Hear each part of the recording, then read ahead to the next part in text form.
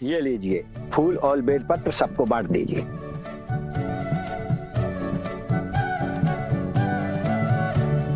आज कुछ भी हो जाए मैं इन्हें छोड़ूंगा नहीं।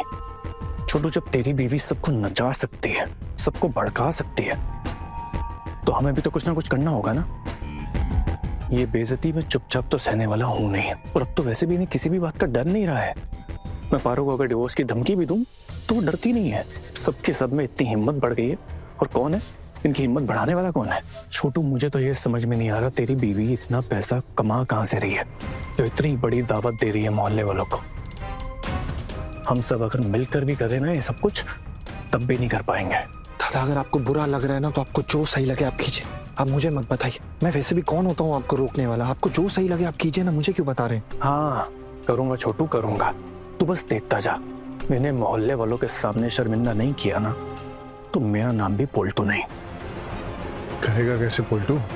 ये मोहल्ले वाले हैं, ये तो सारे इन्हीं के साथ है ना। छोटे मामा, आपको कुछ नहीं पता, आप बहुत ही भोले हैं। यहाँ पर कोई भी किसी के साथ नहीं है। आपने देखा नहीं कैसे मोहल्ले वाले हमारा मजाक उड़ा रहे हैं सबके सामने? क्या से क्या हाल बनाकर रख दिया इस परिवार का इन लोगों ने। अब तो मेरा जीने का मन ही नहीं कर रहा। ये सब देखने के लिए जी रही थी अब तक क्या, कि एक लड़की आकर हमारे घर को इस तरह से तहस नहस कर कर बर्बाद कर दे, और हमें ये चुपचाप देखना पड़ रहा है। जाने दीजिए ना ठाकुर जी, पूजा खत्म होने के बाद देखते हैं इनको। क्या पूजा खत्म करनी थी? इस पूजा में हमारे लिए कोई जगह है? ये सब पूजा कर रहे हैं, लेकिन एक बार भी हमें बुलाया इन्होंने। भाभी से भी क्या क्या करवा रही है ये लड़की, ये सब देखना ही मेरे लिए तो पाप है। एक बाहर का आदमी आकर हमारे घर में दिन रात रुका हुआ है। छी छी छी। क्यों छोटू, तू तो भाभी का अपना बेटा है ना? या तू भी खोगोन की तरफ, बकरी की तरफ मिनमिनाता रहेगा? कुछ करेगा नहीं, कुछ कहेगा नहीं? मैंने सुना है कि भैया से शादी से पहले इस आदमी के साथ भाभी की शादी तय हुई थी, और आज वही आदमी आकर हमारे घर में रुका हुआ है। मेरे भाई की कोई इज्जत नहीं है? अच्छा है छोटू कि आज मेरा भाई जिंदा नहीं है, नहीं तो वो ये सब देखता तो। चाचा जी, आप क्या बोल रहे हैं? मैं बिल्कुल ठीक कह रहा हूं छोटू। इसी के साथ तो तीर्थ यात्रा पर गई थी ना भाभी। अब देख ले पूजा में कैसे मस्ती कर रही है इसके साथ, और हम परिवार वाले यहाँ किनारे पर खड़े हुए हैं। यही देखना था आज हमको। भैया नहीं है ना, इसीलिए ये सब कुछ हो रहा है। मेरे भाई ने मुझे बोला था कि मैं इस घर से कभी कभी नहीं जाऊंगा, इसी घर में रहूंगा। मुझे बस भाभी की सेवा करनी है, उनकी देखभाल करनी है, और मैंने की।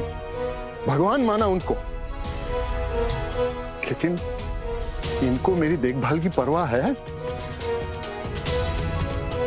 हम तो चले जाएंगे छोटू ये घर छोड़कर, लेकिन मेरी एक बात याद रखना तू, ये जो इंसान है ना, ये तुम पर राज करेगा। इस घर का मालिक बन जाएगा ये, और इसीलिए हम सबको घर से निकाला जा रहा है। तेरी बीवी बहुत चालाक है छोटू।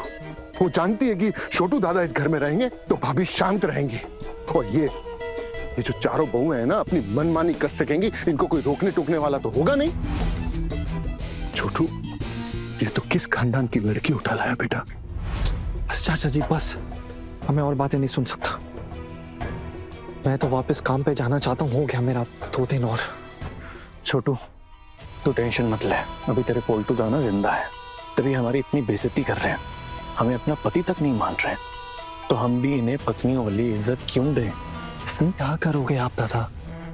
वो तू मुझ पे छोड़ दे, तू बस देखता जा। ना इन्हें मैंने पैरों पे गिड़गिड़ाने पर मजबूर कर दिया, तो मैं भी इस परिवार का हिस्सा नहीं।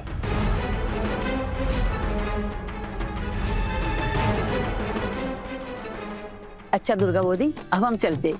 मोहल्ले में सभी को न्योता दिया है, थोड़ी देर बाद चले आना और गर्मा गर्म भोग प्रसाद खाकर फिर ही जाना। आप लोगों के घर आओ तो बड़ा अच्छा लगता है। पहले तो एक कप चाय मिलना भी मुश्किल होता था। हम तो यही कह देते कि आपके आवाज आ रहे हैं तो पहले चाय पी लेना चाहिए।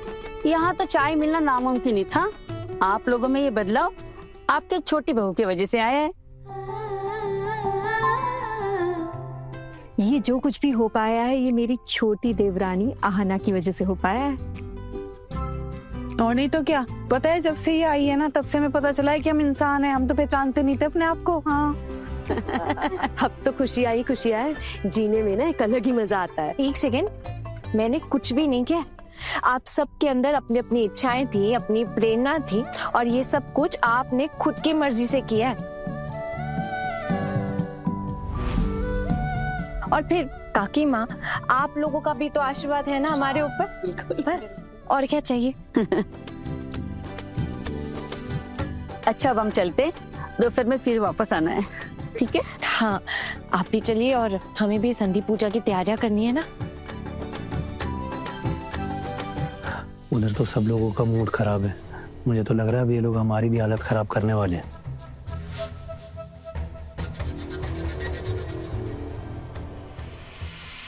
अच्छा, मैं तुम लोगों की संधि पूजा में कोई हेल्प कर सकता हूँ? बिल्कुल छोटू मामा, आप हमारी हेल्प कर सकते हैं, लेकिन उससे पहले आपको ना कुछ खाना पड़ेगा।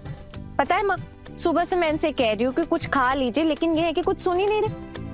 कहते हैं कि जब तक अष्टमी की पुष्पांजलि नहीं दे दूंगा तब तक मैं खाना नहीं खाऊंगा। छोटू मामा, अब तो आपने पुष्पांजलि दे दी ना, अब तो आप खाएंगे ना। पहले आपके लिए मैं कुछ लेकर आती हूँ, आप कुछ खा लीजिए, उसके बाद संधि पूजा का कोई भी काम करने मिलेगा। अगर मैं खाना खा के संधि पूजा में बैठूंगा तो पंडित जी मुझे बहुत डांटेंगे, और इस उम्र में मैं डांट खाते हुए अच्छा लगूंगा? मजाक बाद में और शरीर पहले। मैं आपके लिए कुछ खाने को ले आती हूँ, फिर बाद में बाकी का खा। हाँ शुतुदा, आप घर से भी अकेले ही आए हैं। अगर यहाँ आपकी तबीयत खराब हो गई ना तो किसी को मुंह दिखाने लायक नहीं रहूंगी। इससे अच्छा है छोटी बहू कह रही है कि कुछ खा लीजिए तो खा लीजिए, अब जिद मत कीजिए। अच्छा बाबा, मैं खा लूंगा। हाँ, वो मेरे किराए का घर का क्या हुआ? अरे छोटू मामा, मैंने बात की है मोहल्ले में 3-4 जगह, कहीं ना कहीं तो मिल ही जाएगा। पहले ना आप इतनी देर तक खाली पेट मत रहिए, जल्दी से कुछ खा लीजिए। तुम्हारी माँ की भी तो उम्र हो गई है, वो भी तो कुछ नहीं खा रही। छोटुदा, हम औरतों को उपवास करने की आदत होती है, मर्दों को कहाँ होती है ऐसी आदत। वैसे ये सब छोड़िए और छोटी बहू जो कह रही है वो सुनिए और कुछ खा लीजिए चुपचाप। तुम लोगों ने छोटी बहू को कुछ ज्यादा ही सर पे चढ़ा रखा है। छोटू मामा, आप भी, मतलब घर के बाकी लोग तो बोलते ही थे, अब आपने भी बोलना शुरू कर दिया। अरे बाबा, मैं तो मजाक कर रहा था। वैसे तुम लोगों की भोग की तैयारी कहाँ तक हुई है?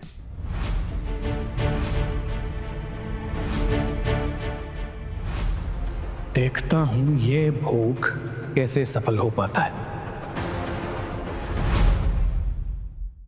बड़े घर की छोटी बहू, रात 9 बजे दंगल टीवी पर।